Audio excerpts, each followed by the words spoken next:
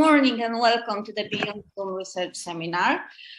Today we want to investigate how the education methods have changed during the pandemic, how the different organizations adapted to pandemic situation, and how they coped with the return to daily life after the COVID crisis. This webinar will be recorded. On its basis, we'll create a report describing the situation in several European countries. And today we'll be hosting two professionals.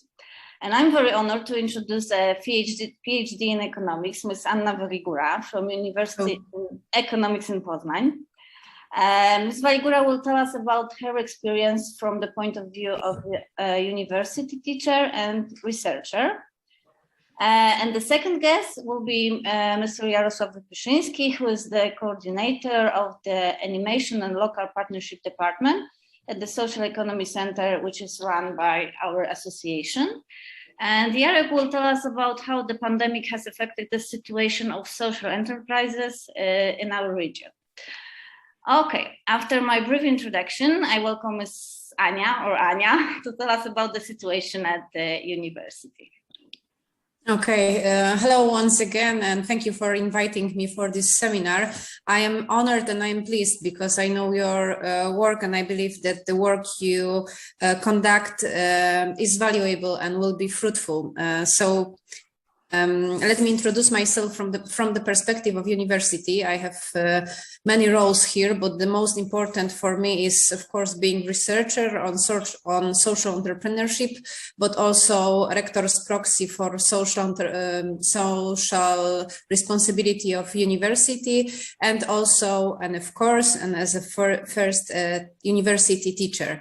We all know the situation connected with pandemic, so maybe let me tell you a few words about my university, just for people who are not from Poland and Poznań. My university is, as Paulina said, Poznań University of Business and Economics, and this is the most important university connected with the economical sciences in our region. It has many consequences. One of this is that nowadays, and 2 years ago we had many students from abroad, not only from abroad of voivodeship, but also from abroad of our country or even Europe continent. And it is important, and I will explain it in a moment in the context of pandemic mess we had all have some time ago.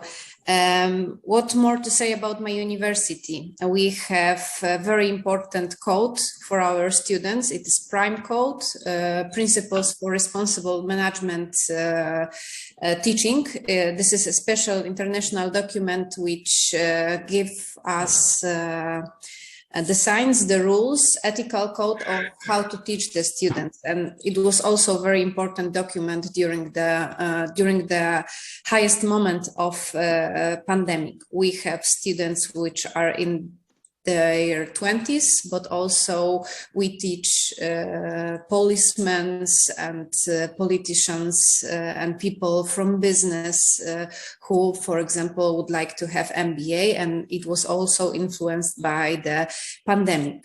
So how was it from offline to online? We have never had before the pandemic's online programs or mixed programs of teaching, or even an idea how to teach using modern technologies. In modern technologies, I understand Zoom and Google Meet and other programs, also to VR reality, to Oculus glasses and other things, which makes our educational process more game-based or more fluent, especially for students, not for pupils, because this is not my field of experience. What had happened at the beginning, we had a great mess because no one knew, probably just like in social economy, what will happen because of the pandemics, and it influenced the structure of our activities.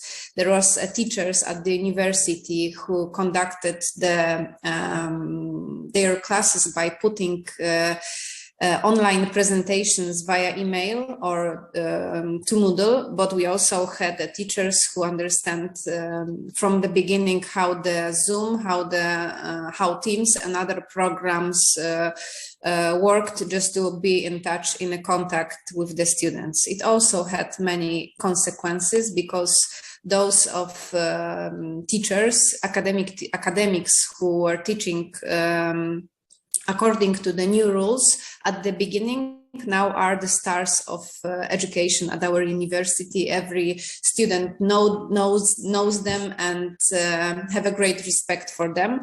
But from the other side, we can see that from the classes which was held from email to email at the beginning, because it was formally okay for our university, the students had lower grades at the end of the semester. They also write in their final opinions after the courses that they sometimes didn't understand many things, and they feel they should have repeated the lectures or the courses from the beginning of pandemics. But it was the moment of the beginning. After the great shock we all have, we've transferred our work from mixed methods, Moodle, Zoom, email, and so on, to the Teams. And from formal side, our rector decided that we all should use Teams as a basic program to communicate with the students. And from this moment, everything started to be much more easier. Of course, it was shock for us, for teachers. For youngest one, maybe it was easier, this one who are close to Z generation,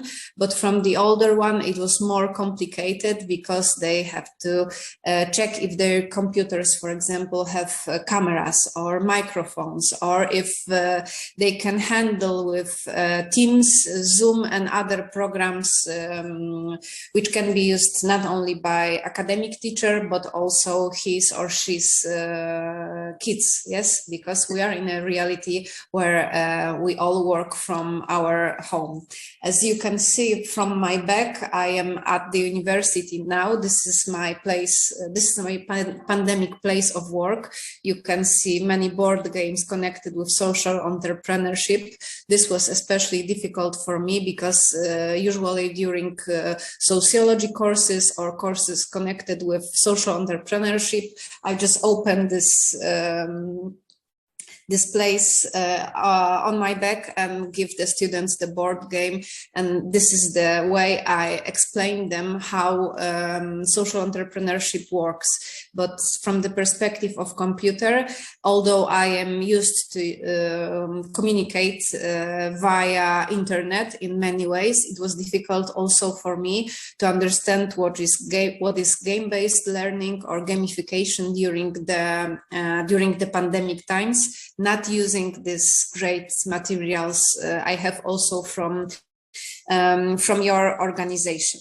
So when it comes to discussion about the quality, I should say that it was different, and it was connected from one side, from the tempo of how university teachers was ready to inhale the virtual world and start to work with virtual rules. But from the other perspective, I should also say that there was students who are just like us here, looking eye to eye to discuss the problems during the lectures, but also there was students who were going, I don't know, for a walk, or they were playing the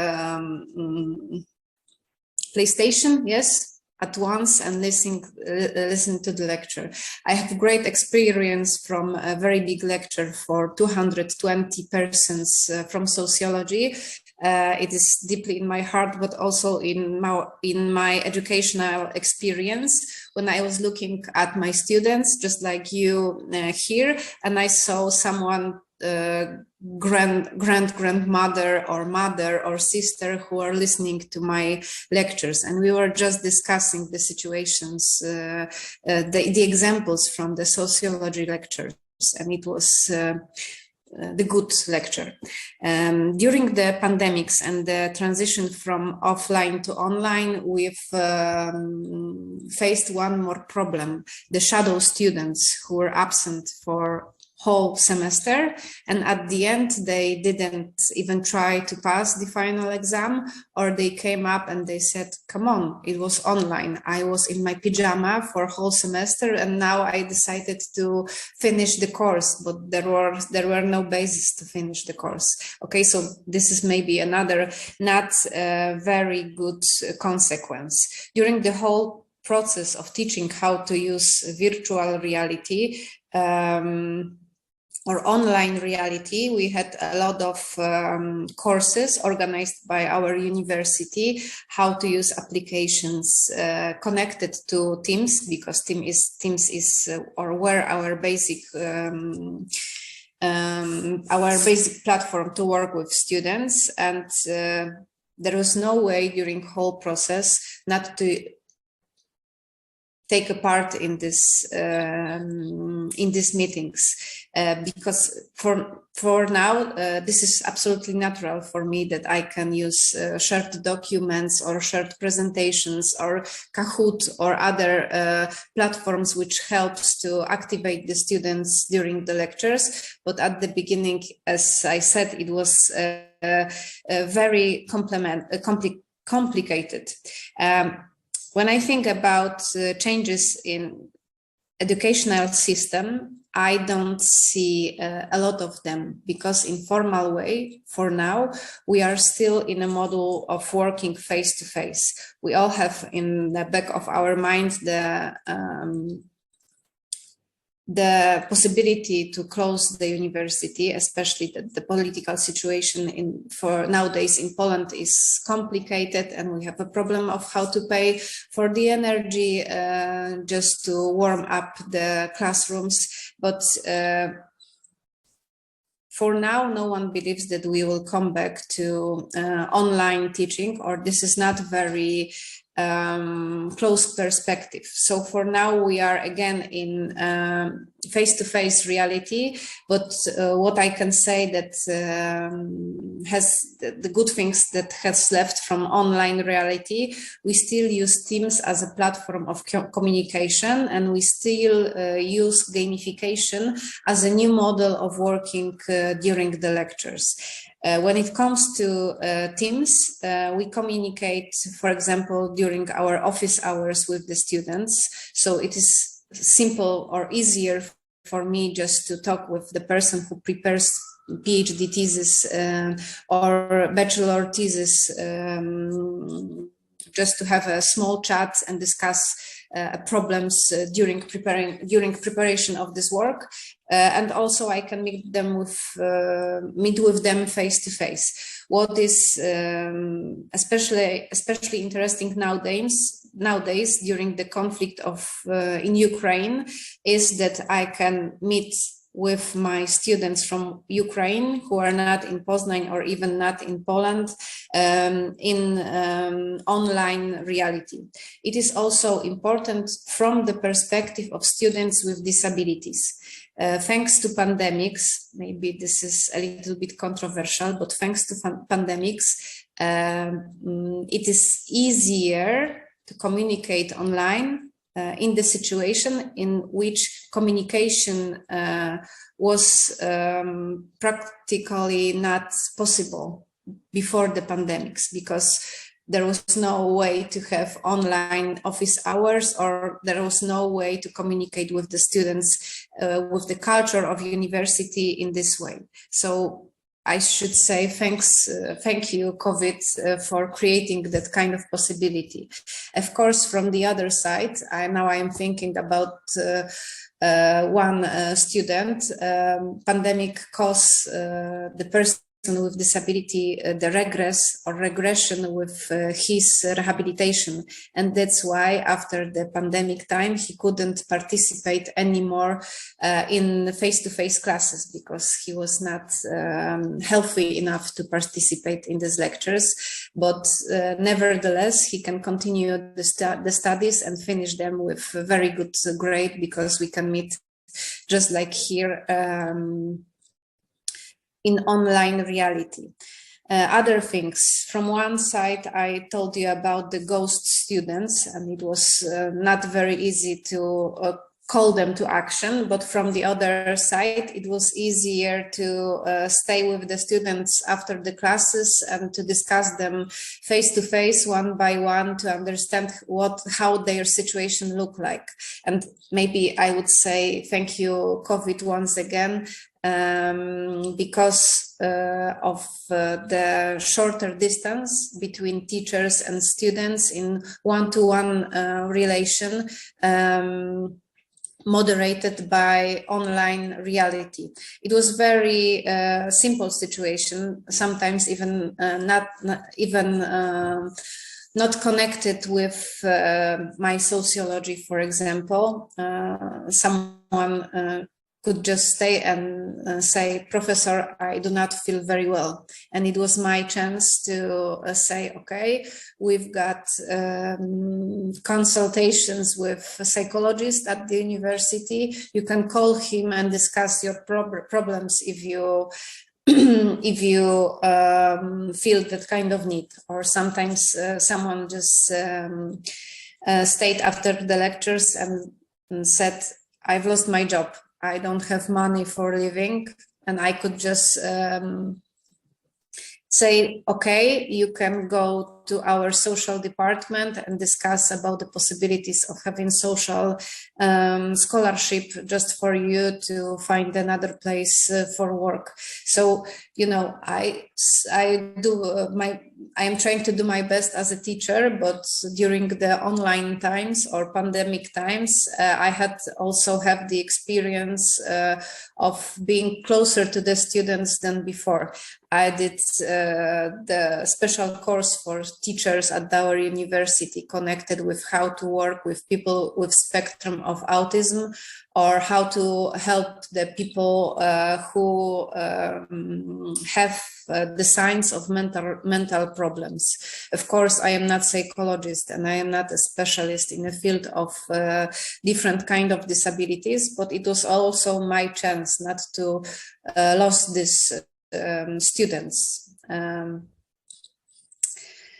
What more? During the pandemics, it was easier to play the games with the students at the bachelor degree or master degree, or to use other technologies, other platforms to explain them the material of our courses. But when it comes to older students from maybe not from MBA, but from other programs, the students for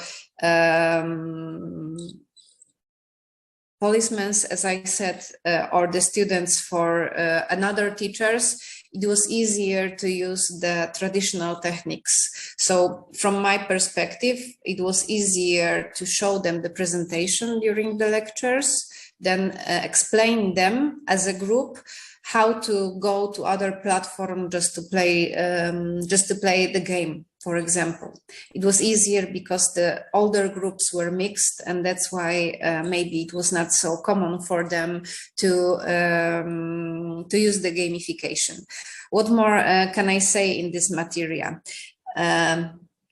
Well, my personal experience shows that adult students, the oldest one, are more disciplined, and they sit just like us today in front of their computers with their desks, and just they are focused on the situation in which they are in the moment.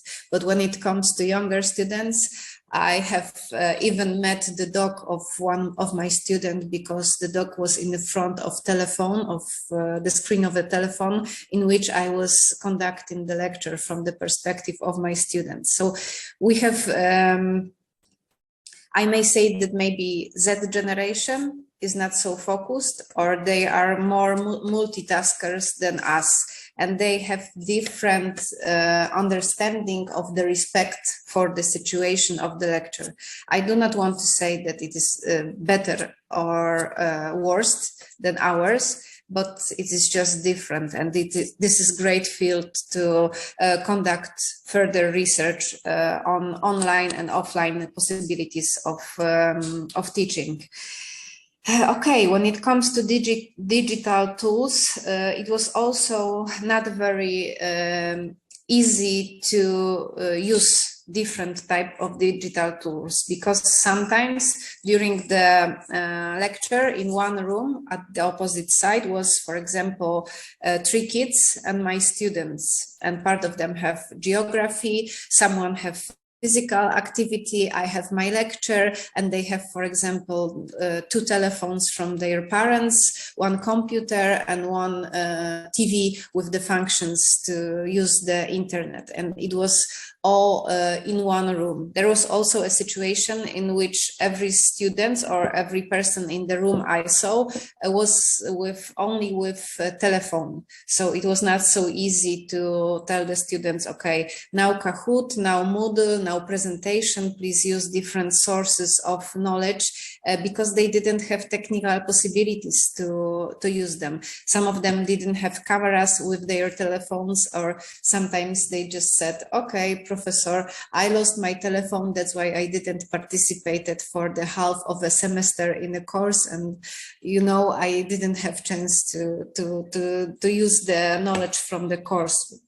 You know, I am not the judge. Yes, I am a teacher, I am a university teacher, and I was not for judging if the students is honest, or maybe his or she is using some other way to not to justify their behavior during the lectures. From my perspective, all the COVID situation, all the online situation was very complicated experience, but it showed us many things. We can be effective using online technologies to communicate. The students are in a process of teaching using the online reality. They can also find a job during online reality, also because of the situation in which I was asking them in online reality of the things connected with vocational work. To be honest, I am a little bit disappointed from my perspective that now we are still in only in face-to-face reality. We still have studies only in stationary way, and if COVID appears or some other situation appears, we will have only few courses for not very long time in online version. In my opinion, it would, or from my experience, it would be great if we can have bachelor programs or master programs in online version, because all of the students which are all around the world, which are interested in studying at Poznań University of Business and Economics, could just study. Yes, we have the students from Pakistan, we have the students from China, from different countries. They have enough money to pay for the program. They have enough money to have the internet and computers and so on, but sometimes they are not lucky enough to have the possibility to leave their countries or to have money to live in Europe. Yes, especially from the perspective of the poorer countries. I think that I may say in my own name and the name of my colleagues that I feel prepared for another eventual situation of online reality. I see from the perspective of researcher that the number of projects that can be conducted in online version is increasing, and this is great that I can meet with people from University of Bremen, without being there one time in a month. It was impossible before the pandemics. Now this is great opportunity not to travel so much. So we have another ecological aspect of the journey. I can, from the perspective of my desk, I can have lectures, I can have meetings, and I see that the culture of online communication is developing. The situation from the beginning with the pajama students is not so popular anymore. Yes, they know that even if we have office hours and they are meeting with me online, they shouldn't have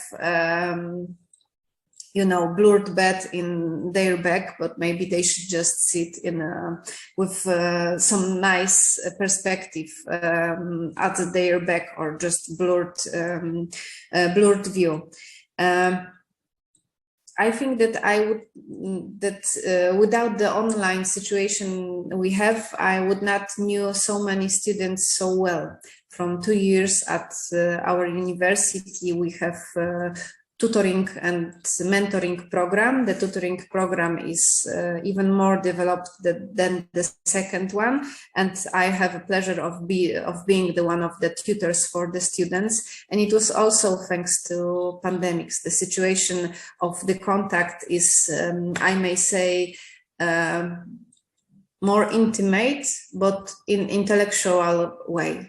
The students can be more honest, they can express their doubts without the perspective of being judged, because in front of other students, or they can, just put the camera off if they do not feel well enough to participate fully in one-to-one meetings. There are many possibilities, many scenarios, and I may say once again, thanks to online reality we have 2 years ago. I would be happy when it comes to recommendations to have more trust in online communication, because I believe that this is our future. Although I want it or not, we will be more online than offline. So it would be good to find a good solution to develop even more the culture of online communication, especially in the process of education. For now.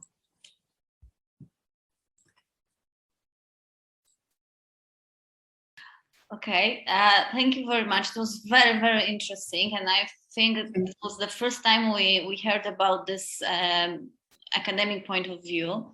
Are there any questions you want to ask? Przemek, I'm sure you have one question for Ania. I don't know if I have many questions, but I think that I will have some questions. At first, thank you, Ania, for your presentation. It was very interesting and very inspired. So, for example, what was I don't know if it's the proper word. What was strange that you mentioned a couple of times that because of COVID, you've got something positive, and this is something what confirmed that sometimes problem is in fact disguised chance. I'm sorry. So if I would ask, I'd like to ask you about one question, because we have also the same problem in our organization. Probably you have also the same situation, because I'm a little bit old-fashioned, and sometimes I always wanted to have face-to-face meeting. And if we move to online meeting, we sometimes have a problem with attention of the people. As you could see, some people in our meeting has turned off camera. What kind of tool do you use to draw their attention to be the part of it? Because this is quite a challenge for us sometimes. Maybe you tested something in this way. And what else? Maybe one question. So let's start from this question. Okay, thank you once again, Przemek, for having me. It is great pleasure to cooperate with you. As it comes to attention, I don't have the universal solution, but as I mentioned at the beginning, we have the prime rules at the university, principles of responsible teaching of management students, and it is helpful in the field of economics and business. And I think that maybe it could be helpful for organizations like foundations and maybe even companies. At the big lectures for 220 people, it is almost impossible to draw the attention of all students for all the time. When every time it was possible, I gave them time for work in small groups and to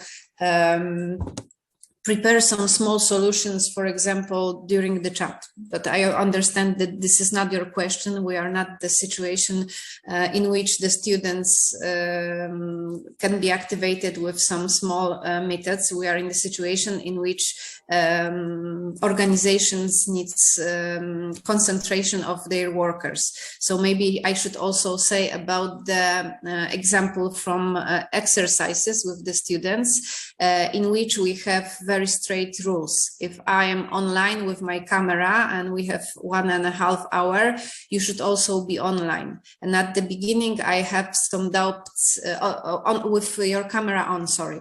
At the beginning, I have some doubts, and I discussed with my colleagues, you know, you cannot ask the students to be online with camera on all the time during the exercises, because, for example, they can share their room with other people and with, for example, sister or brother, or maybe they live in very poor conditions. And when you ask them to put the camera on, you show the perspective they do not want to share.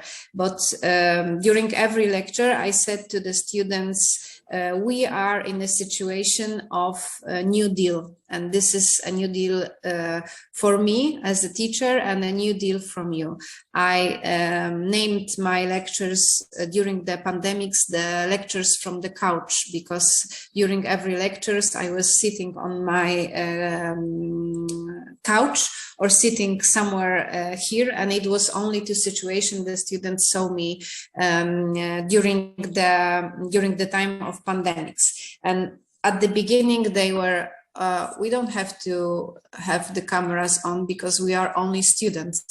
And I said every time, no, you are not the students, you are my partners, and we have a deal, which means that I am a teacher and I am paid by giving you the knowledge, but you have maybe you don't have earnings from being here, but you have to have the knowledge and the courage to participate as a partner in this situation. And when I'm talking about this with my colleagues, they say, Anna, you are young, you have too much energy to do the things like this, but I did this every time. When they were talking, I stopped to have my lectures, to conduct the exercises. But most of the time, after coming through their anger or disappointment, because there was, for example, a girl who was not very happy because she told me that because of my lectures, she have to have full makeup from 8 in the morning, and she's working till 23, for example, till 11 p.m.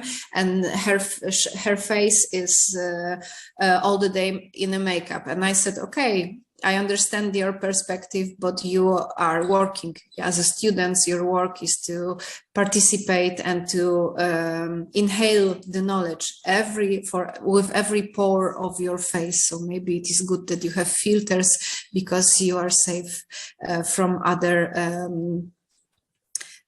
factors. So Przemek, if I should give you some kind of advice, but I know that you don't need as a leader any advice from me, I would say maybe to leaders with smaller experience, treat the person from the other side of the camera as a partner every time. Okay, he's in his or her special situation, but when I give my 1 hour of time to this person, she has to do the same with the same respect. For me, this is all about the respect. You know, we have this prime rules at our university, and rules connected with social responsibility of business. And every time we talk with the students, we say, okay, if you don't know what is respect now, you won't be respected by your employer in the future. Yes, so if you want to be respected, you need to concentrate, put your camera on, and be as much focused as you can. Even if you are with your screen telephone in the park and you are walking your dog, you should be concentrated as much as you can and take all the consequences of the situation you put yourself through. For example, if you have 2 online meetings at one time, this is not my problem. This is yours. Okay, and I have one question. You said at the beginning that after the pandemic, you came back to the face-to-face meetings, like fully. And I'm concerned what did students say about this? Are they happy about this or not really? What's their perspective? When I see the comments on our Facebook of Poznań University of Business and Economics Facebook, they are very happy that they came back. They are mostly happy that they came back because they want to be at the university and have Poznań life, not to have Rokietnica life or Szamotuły life, private life. So the life from perspective of smaller cities or villages near to Poznań, but they want to participate in normal life. I don't know if normal is category nowadays which we should use, but for this discussion, let's say that this is normal life. A lot of students of my university also works. They works in textile shops, but they also start their careers, for example, in Grant Thornton or other big companies, and they have to be here. They were bored with online for a moment, I think, because they believed, as probably many of us, that I can sit in one work and have one earphone in my ear and look at one computer, one telephone, be in one conference and talk with my friends, talk with a friend in my room. But now I think that they feel more respect for their work-life balance, and they do not put themselves in that kind of situations, that they don't want to put themselves in that kind of situation. So it is easier for them to say to their boss, okay, I can be at work from 2 till 6, but earlier and after I am studying. At our university, we have many friendly places for students to work. So I believe, I hope that I'm not wrong, I believe that they like to be here in the center of Poznań with on a nice couches, visiting professors because they are back on our office hours, and just, you know, to have the social life, the normal social life. Yes, this is the generation that they didn't have their prom, or they didn't have the parties at the beginning of the studies. So, you know, they just want to meet their friends and create the material of their memories. Okay, thank you very much. Are there more questions, or should we skip to the second guest? Yes, I guess. Yeah. Thank you. Okay. So thank you very much again, Anya.